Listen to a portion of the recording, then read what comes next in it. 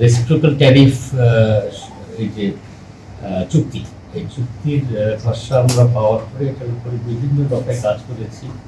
আপনারা জানেন যে 2 দফা আমরা ওয়াশিংটনে মিটিং করেছি এবং অনলাইনেও আমরা বেশ কয়েকবার মিটিং করেছি।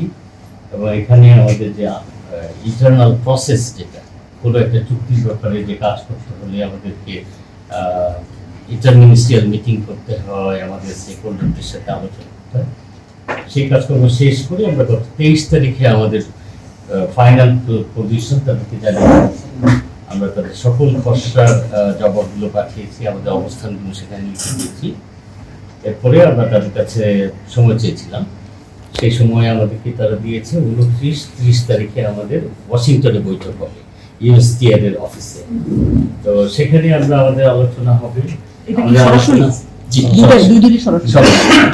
আমরা আমি যাচ্ছি, আমাদের উপদেষ্টা মহোদয় যাচ্ছেন, আমাদের জাতীয় নিরাপত্তা উপদেষ্টা মহোদয় জনাব খলিলুর রহমান উনি যাচ্ছেন, এবং আমাদের অতিরিক্ত সচিব ডক্টর নাজনীন কাউসার চৌধুরী উনিও যাচ্ছেন। তো আমরা আমাদের লিখিত অবস্থান সেখানে নিয়েই সেখানে আলোচনা হবে। আপনারা জানেন যে প্রত্যেকটা চুক্তির উপরে খসড়ার উপরে বিস্তারিত আলোচনা হয়। সেই আলোচনায় আমরা আমাদের অবস্থান তুলে ধরবো। আমাদের অবস্থান অবশ্য তাদেরকে জানিয়েছি।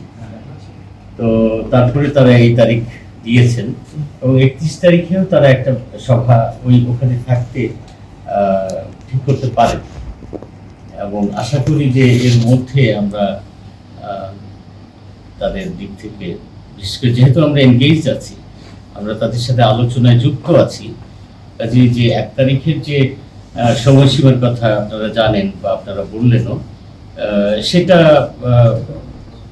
হয়তো আমাদের জন্য অ্যানাউন্সমেন্ট তার মধ্যেই হয়ে যাবে, অথবা আমরা কন্টিনিউ করতে থাকবো। আমরা কালকে সন্ধ্যায় রওনা করব। না, এর মধ্যেই হয়তো ফলাফল কিছু হবে, এর মধ্যেই হয়তো ফলাফলটা হয়ে যাবে বলে আমার ধারণা ব্যক্তিগত।